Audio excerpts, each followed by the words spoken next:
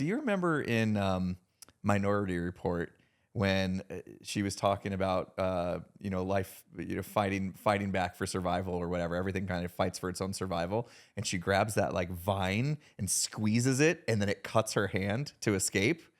No, I don't, but that's great. You're going to find the clip. Yeah. I believe in you. Yeah. Basically, it's talking about, the idea behind that clip is like, when you're put in a space where you have to like do whatever it takes to survive, you will figure it out. And I think that's where I would go. You know what I mean? Like if everything ended, it'd be a kick in the gut at first. It would be really, really hard. But then because of who I am, because of like, the disciplines and everything that I got growing up, I learned that hard work is important. I would figure it out and I would go do exactly what I needed to do. I'd go find a job and even if it wasn't, as awesome as being a YouTuber and streamer and stuff, I would do what it takes. I would step up, I would put in the work, and I would make sure that my family's still fed and we can do what we need to do. Welcome back to the show. There's no telling where we'll go. So come and share a laugh on the Imp and Skizz podcast. Dude, making this podcast is hard. It is hard. I don't want to do it anymore. So much work. I'm done. Like, we're over it. We have to put up cameras and stuff. Yeah. And plug in microphones. It's the worst. Sit in chairs and talk to each other. Sometimes my mic's like this and I got to grab it and I got to go like that. And then when it's all done, you have to take all the files and like edit stuff together with different POVs. Sometimes you get crazy and you put stuff on screen to like really show what we did. That's where the real hard work comes into play. It's much hard work. So they need to be shorter. Podcasts over. Bye. Yeah, we're going to make things easy because like it is so much better just to make life easy and just breeze, right? Yeah. Than to actually like put a bunch of work into and effort into something. That's what life's about, man. It's just making it as easy as possible. Make it as that easy is the dream as possible. Always wanted to do that. No, to be serious, this is the conversation we're having today. Is about hard work and the benefits that one can reap, and putting in a little bit of what they call elbow grease into things. And obviously, a joke. The podcast is it's a ton of work. It's a ton of work, but it's a ton of fun. It is. It is. So yeah, we're not bagging on the idea that this is harder in any way, but it's worth it, right? At the end of the day. We give up our Saturdays to do it. You give up a lot of hours during the week to edit. I give up time to set up all the equipment and stuff. And at the end of the week, every Friday, we have a new podcast that comes out and we get great feedback and people enjoy it. And we're super proud of our product. Yep. And it's the payoff, during the week, I'm sure when you're editing, when you're, hey guys, I got to end this stream right now and miss dinner with the family because I got to finish editing this podcast. Probably doesn't feel super, but then the next day when you release and you see everybody say, oh my gosh, this podcast came at the perfect time in my life. Hearing these words is exactly what I needed to have a good day or whatever. Then it's like, yeah, we know it was worth it. And that's I think a case a lot in just everyday life. We take it out, zoom out, take it out of just talking about the podcast, talk about mowing your lawn. Same exact feeling. Well, that's what I was kind of getting at, is that we need to, the level of hard work that this podcast is sort of, in my opinion, way down the line in the journey of what hard work is. So I think it would be wise to pump the brakes for a second and just talk about what is hard work and what is it that we were raised to believe in what it was. And I think about when I go back when I was younger, because I was taught at a young age, and I don't really remember where it came from, but that hard, you work hard and you reap the benefits of it. And that's the way it was. And I guess I sort of thought, what is hard work? What is it? Is it something that's just physically demanding? Because at a young age, that's kind of what I thought it was. Hard work was something that was physically demanding. Now, here's what's interesting. This is actually a podcast I've been wanting to do for like a year now. We were like on episode 3 or 4, and it went through my head. I would like to eventually talk about just the essence of hard work and we didn't really decide to do this one until almost last minute. But I'm not bummed. But there's a part of me that's bummed that I wasn't more diligent about this, because I was hoping to have a guest on this topic. And the guest I was going to bring in would have been both of my uncles, right? My 2 uncles. One is my mom's brother, and the other one is my mom's sister's husband. Okay. when it comes to physically working hard, these two guys are, this is the pinnacle. They are the pinnacle of what physically hard work is. One of them builds pools and the other one is a roofer. Now, wow. If you've ever done roofing, okay. Especially where we live. Oh my, yes, in the dude. desert. Yes. So when I was, I believe 14 or something, I had a trip coming up, like a band trip coming up that needed to be paid for. And so I needed to work. I was 14 or 15. So I asked my uncle, the roofer, if I could work for him and he'll pay me. And he was like, yeah, I don't know if you know what you're in for. Like, this is not normal. Like, this is not normal hard labor, especially here in Arizona, especially in the summer. And so we went to do some roofing and I thought I knew what hard work was and I was never afraid to do it, but boy, turns out I didn't know anything, right? I didn't know anything. So when he was like, I'm going to pick you up tomorrow at 5:30 and I'm like, what'd you say? He's like, I'm gonna pick you up at 5:30. And I knew okay, I guess we got to get started. He's like, believe me. He's like, we want to start early because when that sun comes up, it's going to be brutal. I'm like, okay, well, you start early, you end early. No, you don't end early. We went from 6 a.m. to 6 p.m., right, on that roof. And I remember him being like, listen, every time I go down this ladder to get the forklift to bring the tile up, I need you taking some water, like drink water, put it on your contact points and all that. And so I did, and I stuck to it. And I remember thinking to myself, I am going to do everything in my power to make my uncle proud, everything I possibly can. And it was not easy, man, but it was just, and I was physically fit, but I remember at the end of the day, I was like, I can barely move and I got to come back and do this again tomorrow. You know what I mean? Like, it was just like, so that was what it was. And I got the money I needed and that's all well and good. But that to me was physically hard work. Did you have any experiences back at that young age? Like being involved in a job, because the definition of hard work is going to evolve in this conversation. So let's go to the very bare bones of it first. Not before I was like 16 and actually had like a legit paycheck type of job.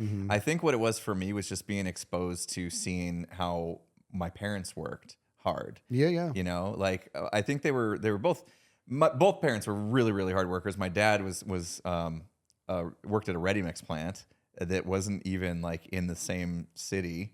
And so like he would typically travel just home for the weekends and then go to work. It's like a four-hour drive where his ready mix plant was. But he made sure that over the summer to invite me up for a week so that I could see what he did working at this ready mix plant, and I could witness it myself and like see, oh my gosh, okay, this is what it means to be able to put food on the table. He's got to do this. He's got to get in this front end loader and move rock from over there to over there. And it's like seeing him work that hard was like really just awe inspiring. And then on the flip side, my mom, both parents worked to make sure that we could make ends meet. And my mom would just work like these crazy, like 10-hour days. And she would just come home exhausted. And I could see it in her face that she was exhausted from working all day. And then immediately just start cooking us dinner. And I'm just like, you get to witness that firsthand. It was just like, okay, this is life. You know what I mean? Yeah. Like this must be what life is. Like that is what it's going to take in order to, to move forward. And I got a chance to experience it. And I very value the experiences that my parents, I'm glad they let me in on it. Because I think a lot of it, I think even I would kind of hide that kind of stuff from my kids. Like I don't want them to see that it's difficult for me to make sure they are fed and have a roof over their head and all that stuff. You know what I mean? So I would like, especially in the earlier days where I was like, working stupid hours. It wasn't very physical work, but mentally draining to come home after like coding something for 10 hours. And then I come home and then try to carry out a conversation with your kids when your brain's completely melted. So there's a different mental aspect we can talk about. But physically, no. I mean, the most work that I did that was physical was mostly sports stuff, not actual like jobs. Sure. So competing on basketball teams and stuff like that. We did drumline. That's huge work. That's physically demanding. Yeah, so if you want to get out of like the job space, there was a lot of things I did as a kid that were physical and work. Even playing sports, practicing is work. Yeah. Well, I think what I find interesting about this is that the the roofing stuff was physically hard work, but it's mindless work. It's absolutely mindless, right? Mm-hmm. You need to kind of be aware of your surroundings so you're not falling off the roof. I get it. But my job was to grab 6 tiles at a time and walk it across this roof and place it in place. And by the way, I'm placing it on a whole thing that we spent the first 2 days prepping. Go place it over there, come back, grab it, do it back for 12 hours. Physically, nothing mental about that, right? And then you have other things that are mentally hard. It's mentally hard work to pull off whatever you need to. And also there's emotionally difficult, right? And so you bring sports into it, you bring drumline into it. That's a trifecta. That's all of them, right? Yeah. That's why we hold athletes in such high regard. Because it's like they're acing all 3 of those, right? Physically they're getting after it, man. Mentally they're getting after it. Obviously there's an emotional aspect to it, and they're getting after it, and they're able to see those benefits. And when you talk about that, you saw a great example from your parents in regards to what hard work was. That is extremely invaluable. Mm-hmm. I want you to think about. We were talking about, what was it? A couple episodes ago, we did guilty pleasures, right? 2-3 episodes ago, whatever it was. We did guilty pleasures, and all those garbage shows I will watch sometimes. And I'm not going to name any characters, but there's one character who is like so wealthy. This dude is so wealthy. He's like late 20s or maybe 30 years old. He's worth millions upon millions, all of which not one penny does he have anything to do with, right? Because his parents were billionaires. Inheritance, yeah. Yeah, and they decided to. He's gonna want for nothing for his entire life. I'm not faulting them. I'm not gonna say anything about that's their prerogative. That's their money. They can do what they want. But this dude grew into a young man, eventually a man, to where you're 30, has zero concept of what it is to do anything of value in regards to what it is to produce. He can't do anything. He can barely hold a conversation. Now it's mean for me to say this, but the guy's a moron. You know what I mean? Like do I think he's innately built to be a moron? I don't. I think that his journey completely limited him to all these experiences that we're very familiar with, to where he had no growing going on. He still has all the same impulsive desires of like a 5-year-old. It's just that his taste has changed. You know what I mean? But in regards to, that's a thing that I want to be in my life. And I use this plastic rectangle, and now I have it. And now I want that thing. And here's some more of my plastic rectangle that I don't have to do anything to pay this off. I don't have to do anything to earn the money to begin with. I don't have to do anything to earn what I'm getting. So here's the best part.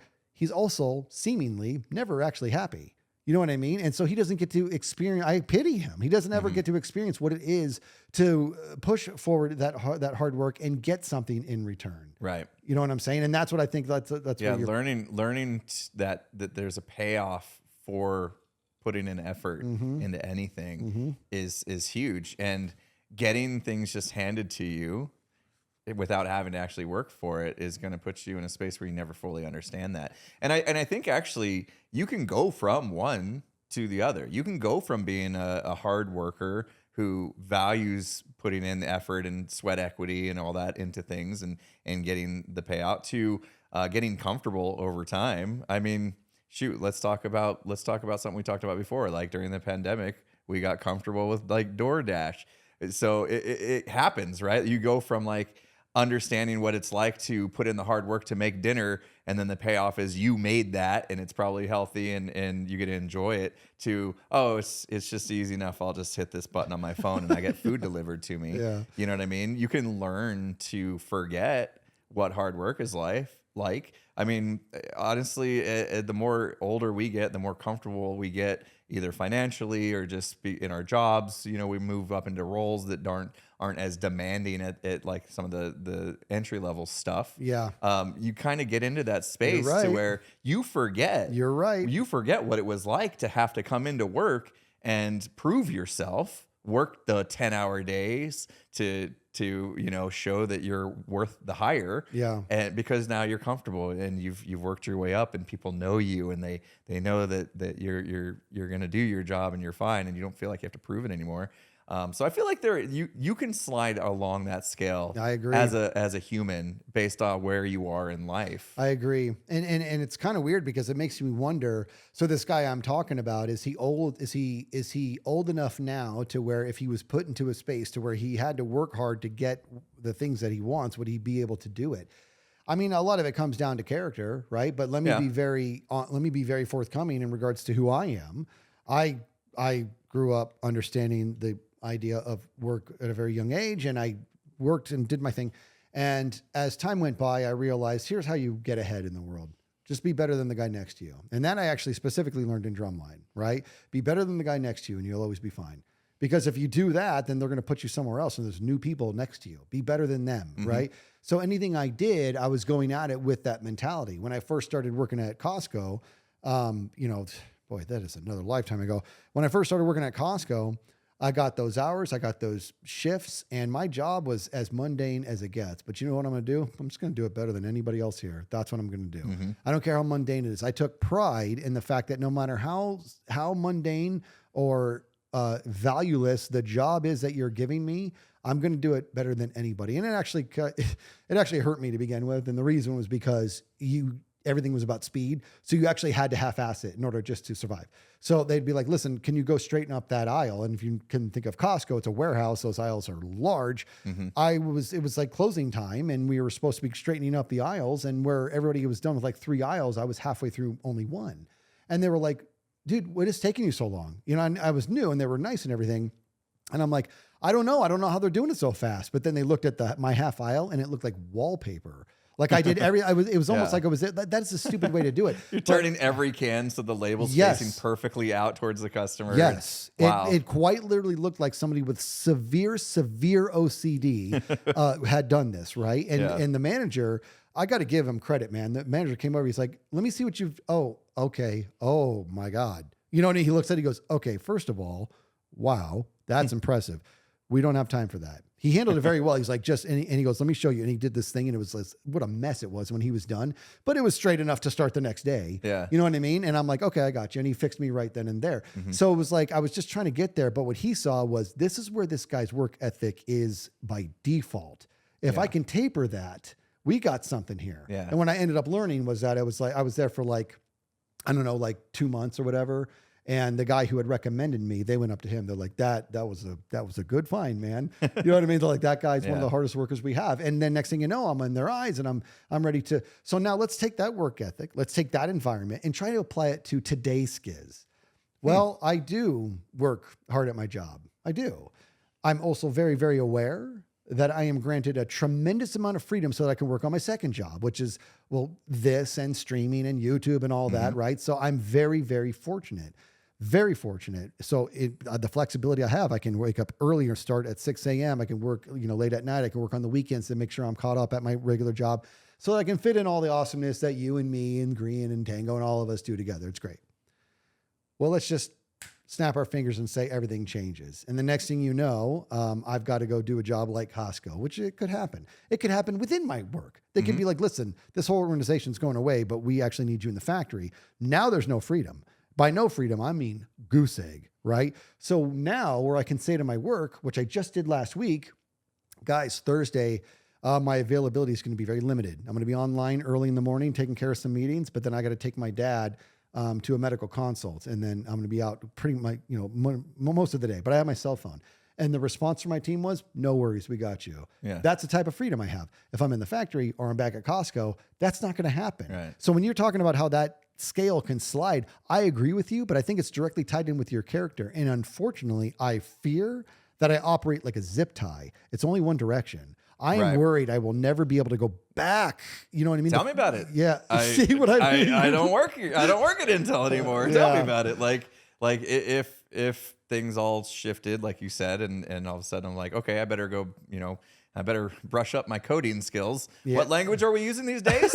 I'll be in trouble, and it would be really hard mentally to have to like get back into that space. But then again, I kind of feel like, do you remember in Minority Report when she was talking about life, fighting back for survival or whatever? Everything kind of fights for its own survival, and she grabs that like vine and squeezes it, and then it cuts her hand to escape.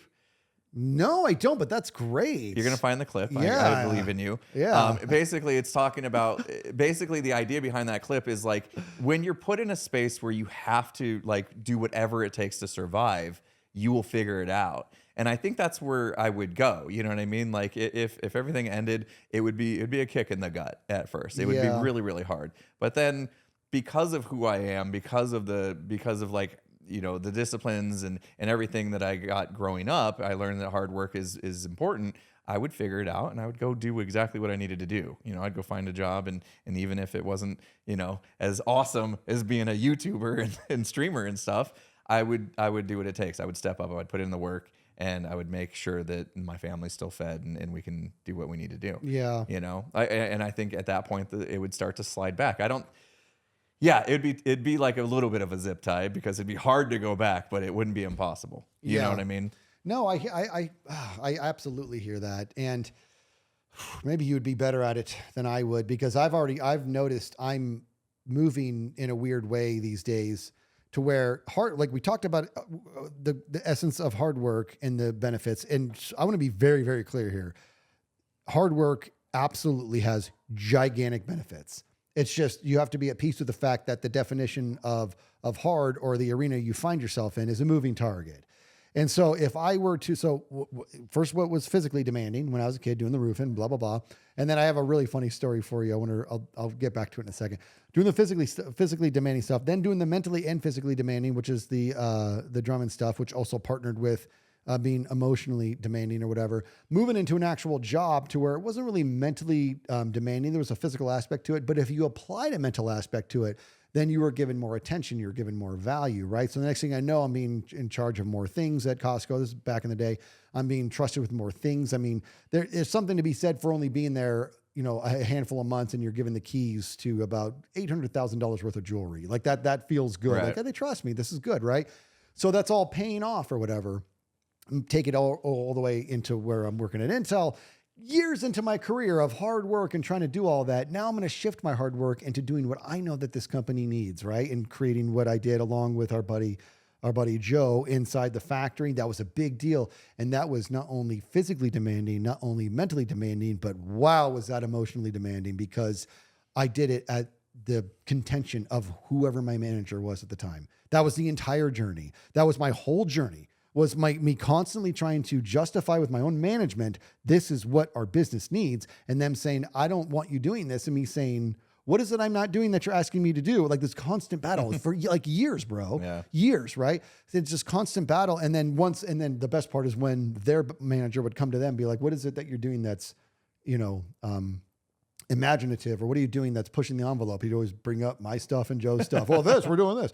So what that ended up doing was putting me into a space where I was like, I'm going to actually go in the other direction now. I don't want to work that hard anymore. Now I'm just going to do what you're asking me to do. Yeah. You know what I mean? So it's like all over the place. But then do you find yourself, after you made that shift, not getting as much value? 100%. Your job. So now you're not enjoying it as much because you're not working as hard and you're not feeling valued. Yes, valued the value in the hard work. Because my definition of hard work had evolved. Whereas before, doing the roofing stuff, I felt very accomplished. Look at all that tile I helped put up there. Now, if I did it, I'd just be like, this is what? You know what I mean? Because it wouldn't have felt like an accomplishment to me. But you're absolutely right. Now I'm just going to do what you want me to do, I guess. And so what do you want? Go to this meeting and just talk about stuff? Sounds good. You know what I mean? And so that's what I'll do. And then I'll get a paycheck.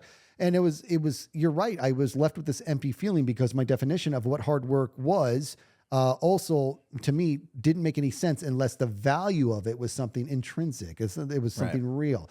And so that brings us into a good space to talk about where you are now, where I'm working to be now, is that there's nothing easy about what we do.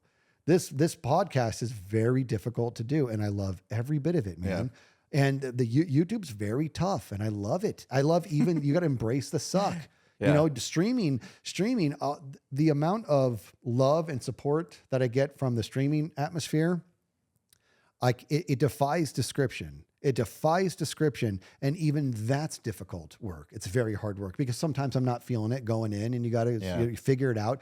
And sometimes, like yesterday, I did a 4.5 hour stream. That's exhausting stuff, you know, because you are for 4.5 hours. You're wiped afterwards, but it's fulfilling, man. Yeah, it's a tough subject because obviously I'm doing exactly what I want to be doing, and I'm super grateful to be in the space I'm in. And at the same time, it's much harder than anyone could possibly perceive unless they've actually experienced it. Like you said, it's more of the mental stuff. You know what I mean? Like if something in my life happens that like brings me down, brings me into a negative space, we're all human, it happens. And now I have a commitment to do a collab with a peer of mine or a stream or whatever, and I'm not in the right headspace. It's hard to just make that mental shift to be like, okay, my vibe on purpose is to bring energy, to bring happy energy. I want to be always smiling. I always want to be having fun at whatever I do. But if I'm innately not in that space mentally because of something else that's happening in my life, it's hard to like fake it. You know what I mean? And I'm not a like trained actor. I'm not going to be able to completely fake it. And so it can be like really, really difficult to manage that and like just be able to like flip a switch in my head and be like, everything that you're upset about, you got to just check at the door, because we're here for a different reason. We're here to like entertain and bring smiles and with podcasts, hopefully have some thought-provoking conversation. Like if I came in to a podcast recording and I didn't get good sleep, maybe I got in a fight with my wife the night before, which never happens. We're happily married, or kids or whatever, right? Or a family member passes away. It would be very, very difficult to sit here and have conversation without like letting the mind wander and be blocked by whatever kind of thing is going on outside there. But we are also professional. You know what I mean? Like we've made commitment that we're going to do this. We're going to make sure that we hit the Fridays. And so you kind of want to make sure that you stick with it. And there has been times, like I'll admit that like a couple weeks ago, we had a podcast recording that I came into the recording in a terrible mindset, a terrible headspace. I was just clouded by darkness and letting like depression and stuff like really get to me. And it affected my, I hate to use the word, performance in the podcast. I look back at those two podcasts we recorded that day and not happy with myself because I wasn't fit that day. I wasn't able to completely turn off what was bothering me outside the actual conversation that you and I were having. And it led me to like say things that were a little dark and not myself. You know what I mean? And so, yeah, those kind of things can be difficult. And like you said, like I get done with some streams, and because we turn it on. You know what I mean? Like there is very much us in streaming. Like we're still us, but there's still a dial that we turn up just a little bit because we do want to kind of put some kind of energy out into the ether. And sometimes we have to like pull energy that's not even like in us at the time. You know what I mean? We're pulling fake energy, not fake, but we're grabbing energy from wherever we can. And by the end of it, like we're completely drained. I get done with a stream and I'm just like dead. Yeah. Like it's weird, right? It's like if we were like a battery, imagine that's what it is. We're a battery. Literally it decharges the entire battery every time I stream. And it takes me a minute. Like I go inside and lately most of my streams, we do a lot of these afternoon streams for Phasmo. But I literally end stream and I go to the gym, and it's not easy. Yeah, I imagine. Like it is not easy. I want to go in the house and just crash on the couch. Yes. And just turn on the TV and do nothing and just veg out the rest of the night. But I have to force myself because I also found that, being in the right headspace to be able to do this job means that I have to take care of myself. And that means eating right, and that means exercising and all those kind of things, because like that's what leads me to not get in such dark places. Just for me, mentally, I need that. Like that's my therapy, if you will, is to make sure I take care of myself. Because when I'm not, I'm pretty much in a bad mood all the time, and I don't have the energy to put out into the ether and these streams and stuff. And you can fall out of creative space. Like sometimes you just can't force yourself to be creative, I can't lock myself in a room and say I'm not leaving this room until I come up with an idea. Yeah, it doesn't work that way. No, you can lock yourself in a room and say I'm not leaving until I curl this bar 100 times. But you're right when it comes to the creative space. In fact, I was just listening to a Joe Rogan podcast, and he was talking about, because I think if I'm not mistaken, I think he has a new podcast every day. I mean, can you imagine that, dude? Wow. I don't know how true that is because You get enough staff organizing everything for you, and all you have to do is show Of up and course. talk. Maybe 100%. I guess it's okay, but it's not like he sets this up every day, tears it down. I understand that, but you're right. I'm sure he's not the one doing the editing. He's not the one setting everything up. He's not doing sound. I get it, but there's still, from a mental standpoint, what do you talk about every day? What do you do every day? And so he even mentioned it, like he doesn't take a whole lot of, vacations or whatever, but he's like, the break is very needed. He said, I find myself when I do take a vacation, whether it's 2 days or 3 days or whatever it is, boy, that just recharges me. That's where I got to separate. And then it starts to reignite ideas and just different topics and different angles on what to do. And so that's what he does. And I think, and it's interesting because this type of hard work is, even when you want to do it, you can't really do it sometimes. Mm-hmm. It's what you're talking about. Yeah. Like I'm here, I'm working. Here comes an idea. It doesn't work like that. You know what I mean? Yeah. It doesn't work like that. So that kind of gives it its whole other layer of what it is. And I want to just, if I can, I just want to commend you for a second, because I know how exhausting it is at the end of a stream. It's terrible to use the word exhausting because it sounds like the whole time we were streaming was like not enjoyable. It's extremely that's what I said. This enjoyable. is a tough one to talk about because we are in fact doing what we love. Yeah. But at the same time, it is much more demanding than people could imagine. But here's the deal, right? I would venture that when you do end up doing what you love, now you get to actually experience what actual hard work is. Because when you're doing what you love, you have no interest in second place. And I don't mean second place, somebody else is in first place. I mean, no interest in being anything less than the best version of yourself. And that means that's a battle that can never be won. And it's a kind of a fun one, it's a fun journey, but it is also very, very exhausting. So when I'm done with a 3-hour stream, 4-hour stream, I do go and just crash on the couch because I am wiped. And it was typically, it wasn't just the last 4 hours. There was a whole work day before it, but it doesn't matter. I'm exhausted. The idea of going to the gym after a stream, I'm like, I won't even entertain it.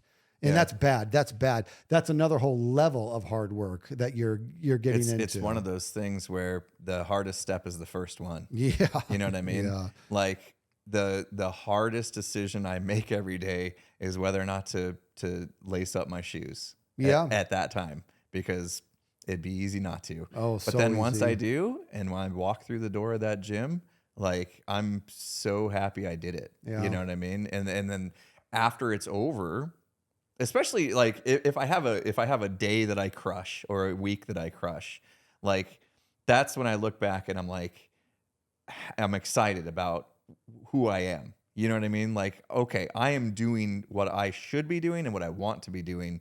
And it wasn't easy, but I did it. Mm-hmm. And just having that like feather in my cap that I told myself I was going to work out twice a day, all 5 days this week. And I didn't miss a single one. Yeah. Like, you know what I mean? Like that's when it's like, heck yeah. Yeah. And so, Friday night comes along, I get home from the gym, I can reward myself a little bit, crack open an adult beverage or two, like it's all good. I like it. Like you're allowed to, right? I think, in moderation. Hey, here we go. Here's air quotes. In moderation, we got to do everything in moderation. But like you were saying, in reference to like Joe Rogan and what he said about needing that break, we talked about the battery, right? Do you know your iPhone that you have sitting on this table right here that's off camera? Actually, its battery will diminish over time and how much it can actually hold. Yeah. Right? So you have your daily charge, right? And we have our daily charge. Your daily charge, you get on stream, your daily charge, you're down to 2%. You plug it in, you recharge it. Back up to 100% next day. Stream again. Keep going. All of a sudden, that 100% doesn't mean 100% anymore, right? Slowly dropping over the course of time. Your battery can't even charge fully anymore because you're just working every day. You're recharging, and draining, recharging, right? Eventually, you need to get a new battery. It's just not going to hold as much. I think humans, we're the same way, right? So we get to a point in time where we start to realize every time I plug this in and it says 100%, I'm actually at 50%. Like my mental, physical capacity of energy right now is actually at 50% of what it should be. And that's when you need to be okay with taking a little time to yourself, whether it's just taking a day off for some me time or getting away with the family on vacation or whatever it is that you do to like get that new battery or really fully recharge, that take that time. Like I think that's worth it. Like if you work yourself to the point to where you've diminished the capacity of your battery, your internal battery, you need to recognize that and pause your life and figure that out, because you're not charging your battery fully every day. You have less to give. So it's important. And I get that, you know, I've taken some vacations. Every time I feel this way. And right now I'm actually, this is actually coming out after my vacations happened, but I'm going to take a little trip up north with the family, because I'm to the point now that I can feel that starting to drain, and I want to get back to 100%, you know? And I think just taking a little bit of time away, just a few days, will do that for me, because it does every time. Just unplug. We do a lot of podcasts that have turned into, and I don't really notice it until I'm editing it.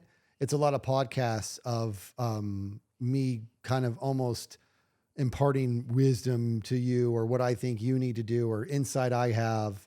And there's a reason nobody heard a peep out of me for the last 5 minutes. I noticed that. I'm like, whoa, his eyes, he just glossed over. I was. Did that day lose him? His eyes were like glossing over? Not even a little bit, dude. I was latching on to every damn word you were saying, because you are spot on.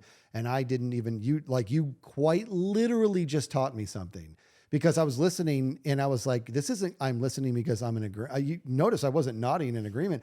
I'm listening because I'm like, I'm learning something right now. The battery metaphor. Did you come up with that? I did. That's very, very good. Because you have your phone sitting here. It's just like. Well, but you have to understand, I mean, I don't know if they still are, but I think they're lithium, right? These are lithium batteries or whatever. Did we lose the camera? We lost the camera.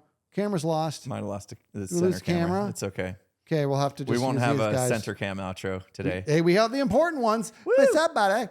So Anyway. I think they're lithium in these, if I'm not mistaken, lithium ion batteries. Sounds right. It might be. They may have evolved it since then, but yes, that is the thing with these batteries. And when you use that as a metaphor in regards to how the human works, I don't think you're kind of right. I think that is a spot on metaphor, to the point where I was like, he's talking about, this is what I'm feeling. Because even though I gave that big old thing that I don't care about the stuff at work, I am still me, and I am still somebody that I do like to do a good job. I'm just not pushing as much as I once was, but I've been at a space for the past probably 6 to 8 weeks of my actual job at Intel. I'm getting it done, and I'm doing it well, but it is grueling. Mm-hmm. Not because it's hard work. I'm very good at what I do. It's not hard work. It is that hard to care at all. You know what I mean? And yeah. I'm willing to bet. Now, I've had this in the past too, to where if I take a break, even going back to work, I'm like, before I go back, I'm like, you know what I'm going to do? Oh, when I get back to work, I'm going to take care of this. Oh, this is what my company needs. You know what I mean? I get all amped up. Yeah. That hasn't happened for a long time. And I'm realizing now that almost like the most motivated I can get, my work battery, if you will, my most motivated I can get is probably around 30%. I am cooked 5 minutes into the day. Like I got my coffee, I'm ready to get started. And I look at my emails and I'm like, all I did was go to bed. I have 78 emails to go through. You know what I mean? I'm like, okay, well, let's go through this. Delete. All right, got to read this one. Okay, you know what? I'll mark this, and I make my list. I find myself getting halfway through it, and I'm like, I don't even want to scroll down anymore.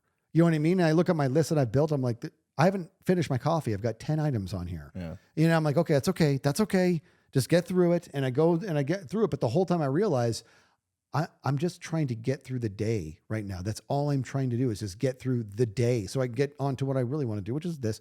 And that's all I want to do, is just get through the day. And I actually said out loud the other day, what is wrong with me? Because I've always had a really strong work ethic. And I said out loud to myself, what is wrong with me? Like, I can't think of anything that I care less about than my actual job right now. That's not good. Right. And I think you nailed it, is that I really haven't taken any sort of actual break. Probably since, honestly, the last break I actually took would be Jamaica, when my wife and I went on our 20-year anniversary, which was over a year ago. Mm-hmm. Right. I've traveled since then, but even when I'm traveling, I'm still working the whole time. You know what I mean? Yeah. And so, or there's some sort of purpose, right? I was just in New York not that long ago. That was to move my daughter in. So the whole thing was move there, do all the shopping, get her set up, fly back. That's not a vacation. It's actually the most you had was like the 5 hours on the flight to Yeah. unwind. Yeah, exactly, dude. You nailed it. So that's why when you were talking, I was like this is very, very sound. And so I still, and my dad's been telling me too, like, that was hard. That was hard the other day, taking my dad to that medical consult. You want to know why? Because I have no time for that. I don't have time for that. Like, it was at the point, what a terrible thing to say. It's your dad. Make the time for it. But it was one of those things where I was like, I can't do this. I don't have time. This is equivalent to taking a day off, which I've illustrated I cannot do right now. So, but he's telling me, he's like, you're going to burn out, man. Yep. You gotta chill. You gotta find a time and he's not wrong and you're not wrong. And whatever, I'll figure it out. But I gotta make it happen. But it's a scary concept. You know what I mean? And let's do this. Let's pull the curtain back. Last 3 months of streaming have been interesting. Why? Because they have this new Partner Plus program. Yeah. And Partner Plus, just to get right to it, is very good if you're able to pull it off. Pulling it off meant you needed to have 350 paid subs for 3 months in a row, right? And a paid sub is a non-prime sub and a non-gifted sub. Okay, so you had to do 350, and I was like, I actually don't know if I'll qualify for that. So let's see. But what this means is I can't take my foot off the gas. So let's just see what happens. So we do the first month, and I cleared it. I cleared the 350 by over 100. I'm like, I did it. It took some extra work, but I did it. Second month, halfway through, I'm like, ooh, I'm not even on track. I'm behind. So now there will be no days missing. You know what I mean? And I think I was behind because I did miss a couple of days because of travel. I think the second month was going to New York. Yeah. And so next thing I know, month's over and I cleared it by over 100 again. So then it's time for the third month. And I'm like, so it's kind of, there were people in this realm who are not going to make it, other people who were going to make it without barely even trying. And then people like me where it's like, you can do it, but you're not going to phone this one in. You phone this in, it's not happening, Right. And third month came along and this is just so we're clear, the amazing community out there. You guys are amazing. It happened again, and it happened in spades, like big time. And I'm like, okay, so I did it. That's great. There's still like another week left in this month. And I'm over by I did it by over 150 subs. I'm good. So I should take a break, right? Why am I not taking a break? You know what I mean? Like what is happening right now? What is not going? What am I doing? Yeah. But it's because I'm also aware of like a lot of the expenses I have coming up. So it's one of those things where I gotta get myself sorted, man. Like you're absolutely right. There's been times where I make the dumbest decisions based on what it means, I guess, financially. So there's a chance I could go swimming in my pool, or I could stream. This is like, a long time ago. Pool or stream? My wife's in the pool. That's why I want to be there. I'm not going to go by myself. My wife's in the pool. I could be with my wife in the pool, or I could stream. All right, well, let me see. Streaming will do this for me. Would I pay that amount of money to go swim in my own pool? No, I wouldn't. I'm going to stream. That's a dark path. Yeah. You know what I mean? And I've got to, you're right, dude. I need to get smarter. Yeah. It's one of those things where it's like, if you had a conversation with yourself, you know what I mean? And you start to do you remember the Why podcast? Mm-hmm. Mm-hmm. Why am I going to choose streaming over spending time with my wife? Well, because it's gonna give me that money. It's gonna help the cause. Why do I feel that money is important? And you start to go down the road. Do you eventually maybe eventually get to the point to where you realize actually things will be okay without that money? You know what I mean? Yeah. And that time, because time is the most valuable thing we have, right? We talked about that. That time with the wife might actually be more important than the money that it could have made on that stream. After you start to ask all the questions, I find myself doing that a lot because it's just the nature of being your own business. Your own boss, right? It's the exact nature of that. Yes. Yeah. Because every decision we make has some sort of financial impact now. You know what I mean? Like taking even one day off a week means that I'm making less money. But is that necessary? What's more important? That's when you got to start asking, what's more important? The money I could have made on that day, or taking that time to recharge, spending time with my kids before they're gone out of that, not gone, but out of the house, and I don't see them as much. Yeah. Like what's more important? I'll tell you what, like most of my life, it's been more money driven, and I've missed out on so much that now it's like, okay, so my two oldest, like they're like pretty much they're, you know, out of the house almost, and what did I miss? You know, it's like, what did I miss because I worked so hard, and what did I get because of that? You know, okay, great, I got some money to do some things and go on some vacations and stuff. So I always use that as like I'm working hard so that I could have a better vacation. We can spend more money on vacation, and that'll make that quality time make up for barely seeing my family 6 days a week. Yeah, you know what I mean? Yeah. And it doesn't exactly compute. So it just depends. Yeah, everybody's going to be different, right? Like, I'm not trying to say like, oh, everybody should just dial it back, because I'm like the worst example of it. I'm a workaholic by nature, you know? Yeah. But I think that allowing yourself to question, you know, this happened to me last night. I literally, in this room, I came in this room last night to lock it up, because I lock it up before I go to bed because I'm nervous somebody's going to steal stuff. And I came in this room and I looked at my laptop and I said to myself, do I really need to bring you on this trip with me? What's going to, and I started asking, I literally, I was crazy last night. I was literally questioning myself. I went through it. What happens if I don't bring this laptop on my vacation with me? Well, you have a Hermitcraft episode that's scheduled to come out next week that has a integrated advertisement in it that is currently being reviewed. They could come back and say, we need you to make a change to that. And I would say, I didn't bring my laptop with me. I'm on vacation. I can't do it. And they would say, fine, we're not going to pay you then. And I was like, okay, so that's the consequence of making this decision, is not getting paid for that ad that I put in the video. And then I asked myself, is that the end of the world? Right. Is that potential of losing that money from this sponsor worth potentially ruining my vacation? Because if I bring that laptop and it does come up and I say, hey guys, I know we came up here to go experience nature, and I know we plan on going on a hike today, but I actually have to work instead. And then that like not allowing me to actually disconnect and recharge the battery, is it actually worth it? No. I told myself last night, I had this conversation in my own head, and I said, screw it. I'm leaving my laptop. Oh, good. I'm leaving my laptop, and whatever happens, happens. You should bring it. Just kidding. No, So- I think that's good. I think that's a very healthy way to look at it. Yeah. I really believe that. And that to me, it's almost like you're kind of moving into the sweet spot. You get it, you know, and you haven't lost your work ethic. You haven't lost a desire to continue to work hard for the thing that you love to do, but you are starting to identify when it is becoming invasive, Right. when it's intrusive, Exactly. when it's taking over your body like a parasite, you know, and you gotta be, that's smart, man. I think that's a smart move.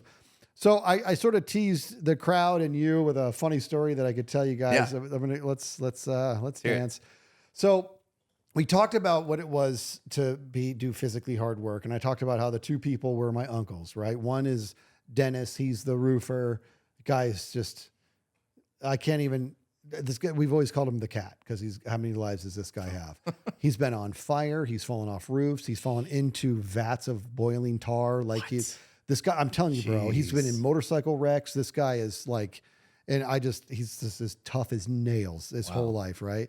And then the other one is the pool guy, and that's Dane. And that guy is what a hard worker he is. I used to live with him for a while when I was younger. And this is the guy who I think that I told you one of my strengths is activator, you know. This is the guy who, when I walked out in the backyard when I was still living with him, and he was holding a pick, and he was standing at his pool, and he said, I'm thinking about building a fire pit here, like a waterfall with fire coming out the top right here on this, where this cool deck steps up into the spa. And I'm like, oh, that would be cool. And I was like, it sounds like a big job. He grabs the pick and just crushes the cool deck with it. And the second he crushes it, he's all, well, I guess I have to now. That's how he works. Right. And I'm like, we're kind of similar. So my point being that with Dennis and with Dane, when I did the roofing, I wanted to make him proud. I was young enough. I was 14 or 15, and I wanted to just kind of prove myself. And I was like that way my whole life because I'm so much younger than my brothers. I just wanted to be that dude who just, boy, can he outwork everybody and what a hard worker. And I did with Dennis. Apparently I really got after it. And I remember after he paid me after the job, he would tell me, he's like, I work with grown men who don't have what you have. You know what I mean? He was like, you understand. He goes, when I get a worker, they're either fast and sloppy or they're thorough and slow. He goes, you are fast and thorough. We don't get that. And I was young and fit, right? But he goes, I just want to let you know, he goes, I got a lot of respect for you. I'm like, that's what I wanted. It was, I need the money for the trip, for the band trip, but that's what I wanted to hear, right? So now it's time for me to work for Dane, the pool guy. And I love my Uncle Dane. As good as he is at everything, nobody can match this. We call him Bob Vila because he is like the handiest handyman on the planet. There's like nothing he can't, there's nothing he can't. I don't understand it, how you just come out of the womb and you just know how to do everything. And I wanted to work with him. And I think, if I'm guessing, I think he probably went to Dennis and he's like, what do you think? Should I take him on? And Dennis was probably like, you're going to be very happy, right? Okay. So I went to work with my Uncle Dane and it was way up in the mountains on this pool on a house that wasn't finished, right? This house was being built. And I don't remember the work we had to do, but it was like a lot of sawing pipes and laying concrete or whatever it was. And I'm very excited. Because now I get to work with Dane and I look up to him and I want to make him proud.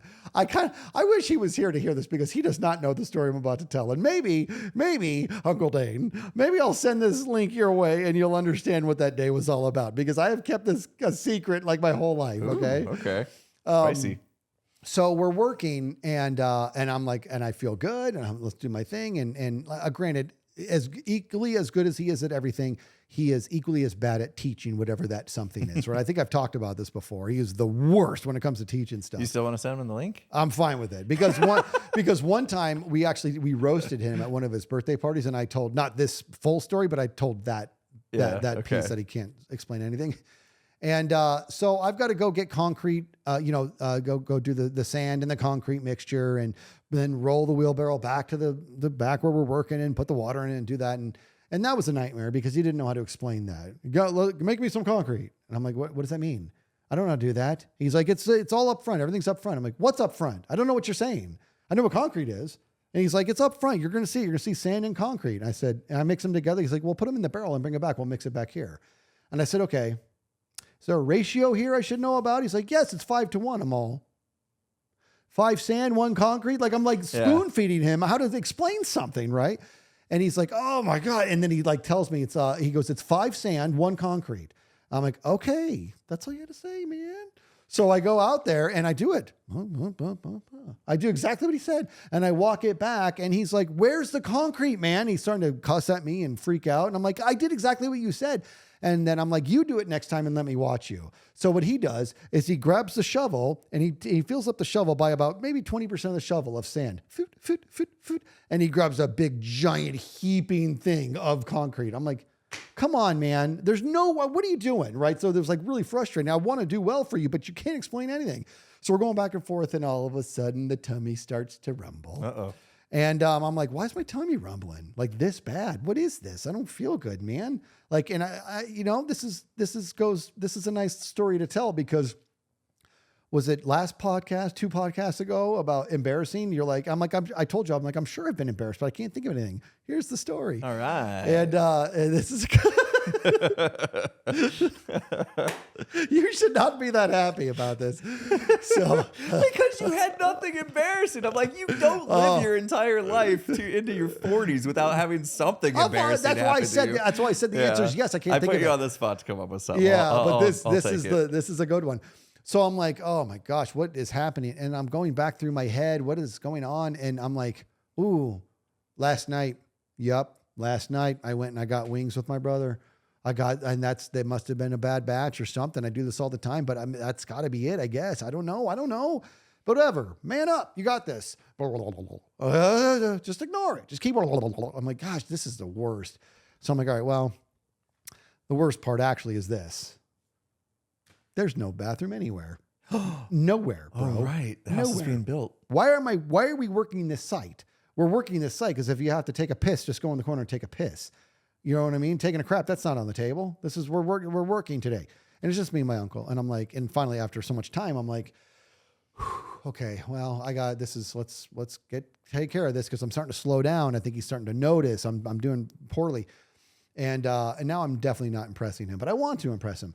So I say to him, Uncle Dane, at this time, I think I'm 15. I'm either 15 or 16. Uncle Dane, there's not a functioning restroom in this house, is there? He's like, no, the plumbing's not even halfway done or whatever it was. And he's like, you gotta use the restroom? I'm like, yeah. And he's like, just piss over there. I'm like, come on, you know what I'm asking. He's like, oh, okay. And he goes, why don't you grab my keys, go down the mountain, take the truck, go down the mountain. Again, I'm like 15 or 16. Take the truck down the mountain. He goes, you're going to see it's going to be a big old wind. I mean, this house was way up on the thing. He goes, and then the gate will let you out. When you come back, there's a gate code. And he stares at me. He's all, or you go behind the motor. Like he realizes in that moment, I'm like, whatever plan you have is not on the table. Oh I'm like, my okay. gosh. Yeah. So this is good. I'm telling the embarrassing story on right. the podcast. You're welcome. Yeah, but I hope you're not eating right now. Oh, good disclaimer. Yeah. So I go over. I don't want to tell the rest of the story. Here we go. I go over and I'm like, you know what? Just man up. Just take care of this. This is all you got. And I do what needs to be done. Bro, nothing solid about it. Nothing solid about it. Okay. I'm just like, this is awful. This would be awful in a bathroom. Mm-hmm. I am miserable. And it's a hot day. I'm in this nasty environment. And I'm like, and it's not like there's some basket of leaves here for me. What am I supposed to use? And I'm literally finding garbage. Like used paper towels that are in the construction site and stuff like that. I think at one point I may have used like a discarded concrete bag. And I'm like, okay, this is I just. wouldn't advise that, bro. Oh, bro. I am like, okay, Cement your cheeks together. I know. Anyway, I don't think I did that. I think I was finding like paper towels, like discarded paper towels, like wherever I could. And I'm like, okay, this is one of the worst days of my life right now. But you know what? Just man up and get through it. Just get through it. Because what you're going to end up doing, do we lose another camera? what is happening today? Oh, you're right there. Okay. That scared me. It's all good. Keep going. Okay. Wait, we're having. You want to know what happened? The laptop went and threw up at my story. That's what happened. Seriously. Did you put on the filter of bad stories? So the cameras are dying left and right today. Oh, man. So anyway, I'm going to fast forward this disgusting story and apologize to everybody. I realized during the process, I'm like having to shuffle my feet to make sure that is not going to, and I was able to avoid all that. But the paper towels, that was awful. Okay.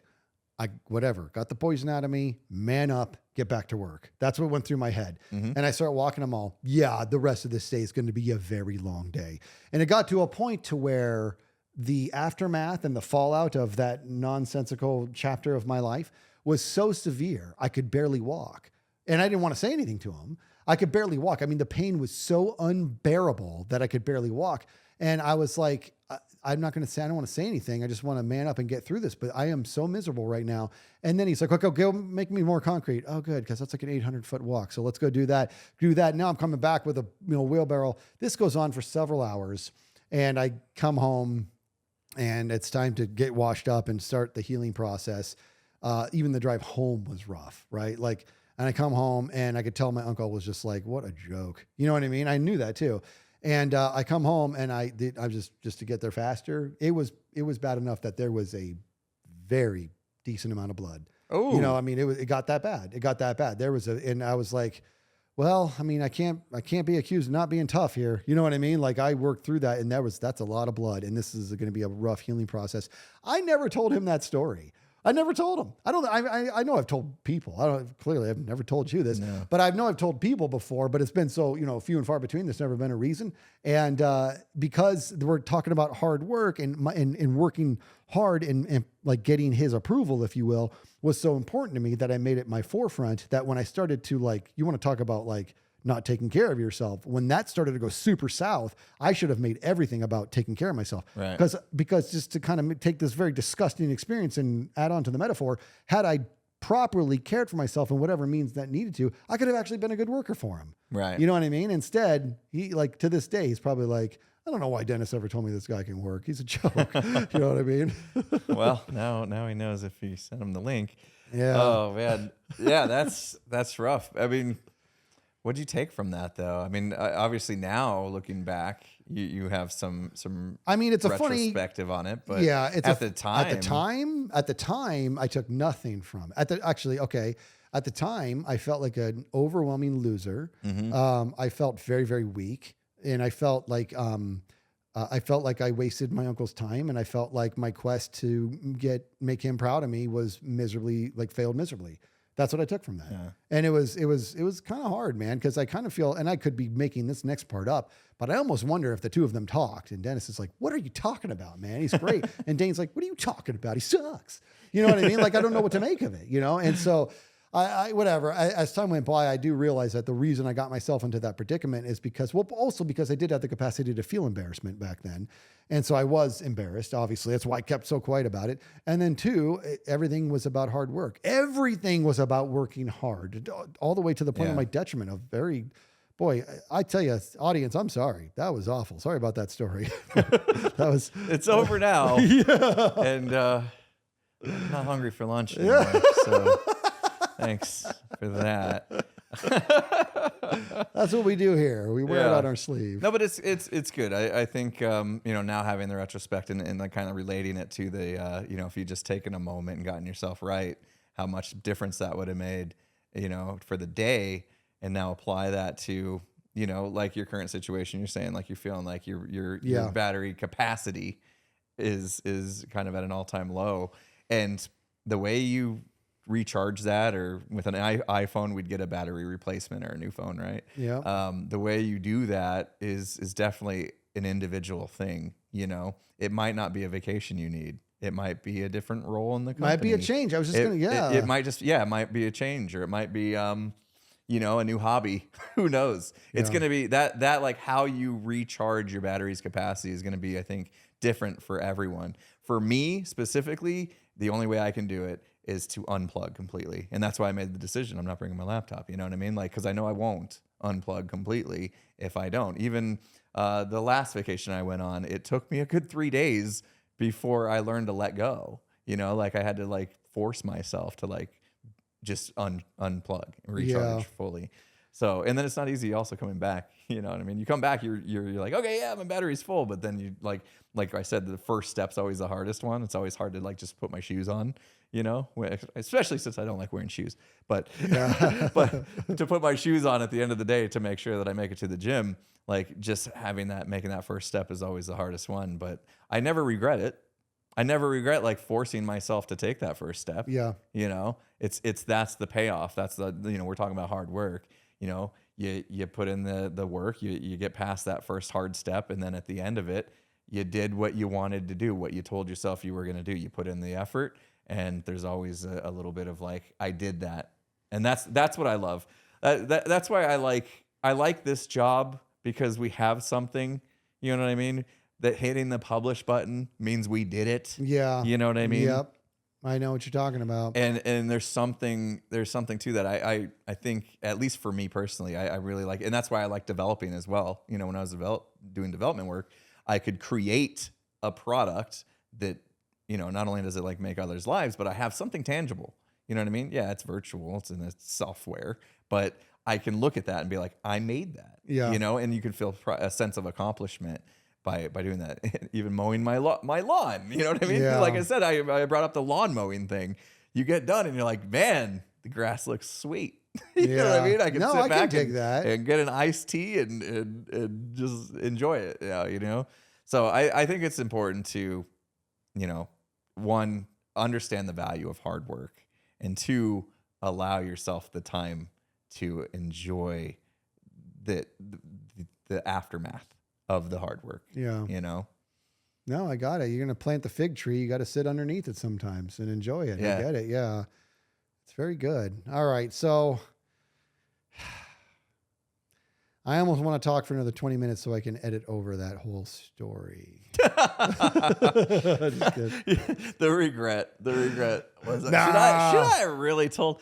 I mean, it wasn't too bad until you got to the blood part, to be honest. But That's what got you? Oh, to me, it was everything before that. But whatever, dude. That's what that is. But I just put hard work over everything, and to the detriment. You got to have a good balance, man. You just I was, I could use my own medicine. I take a taste of this own medicine we're dishing out right now. But like, I had my aunt come to the house years ago, and she was kind of asking me about everything. And this is still when I was in that space where I was juggling and stuff. And she was asking me, how does all this work? How are you working? Because I was working at Intel and doing the content creation stuff. And she's like, when do you have time for anything? And I was like, I don't. I was like, I just go. I just work. I just do nothing but work. And she goes, life's about a lot more than just working, right? Yeah. Like she had to tell me that, life's about more than just working. And I was like, what does she mean by that? Like family time and enjoying, stopping and smelling the roses, that phrase, like that kind of stuff is what she was getting at. She's like, dude, you don't need to go 100 miles an hour all the time. You will burn out. Yeah. That's what she was trying to say. And meanwhile, while you're going 100 miles an hour, you're speeding past all the cool stuff. Yeah. There's truth in that. Yeah. I think where I get hung up is that, and this is a whole nother topic that we shouldn't really dive too deep down, but in regards to pull off what is being pulled off right now in my life, in regards to my daughter being on the other side of the nation, I do feel like I cannot slow down or else I can't provide this for her. Mm-hmm. You know what I mean? And that's probably not true. What I could do is just probably find areas to be smarter with money. You know what I mean? So, but that's probably the best thing to do. But I hear you. I keep on going because you just feel like if you don't, you feel like I've compared this world to rowing a boat. You keep on rowing, you keep on moving. The second you stop, you can physically feel it slow down. You know what I mean? And so you got to be okay with it. And the next row when you want to get going is harder. It's so hard. Yeah, that's true. That's a great good metaphor. Hey, we both had a good metaphor this podcast. You had a great one, man. All right, you say goodbye to all the lovely people. I'll say goodbye. You fix the clock. I'm fixing remember, the clock. we lost our center camera, so you're gonna have to show it on your. You're gonna say goodbye. Goodbye. This clock is the episode number. We covered that. Well, hold it still. But so can I tell the story? Go ahead. We're not done. Can they even see it? No, they can't. It has Sure, to they be. can. So we do this clock, and we had this Easter egg with this clock about it being the episode number.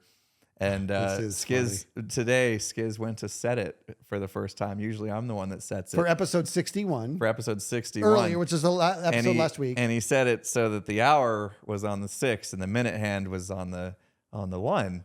And he's like, this is the way you do it, right? And I said, no, I set it to like the first minute of the 60. I said, what are you doing? So it was like 6:01 for 61 and 60, and I would just slightly move the minute 1 minute ahead for 62. When he's like, why don't you just point it at the 1 so that it's like more obvious? And I looked at him like, I'm an idiot. Dude, you stared at that clock for a good 30 seconds without saying anything.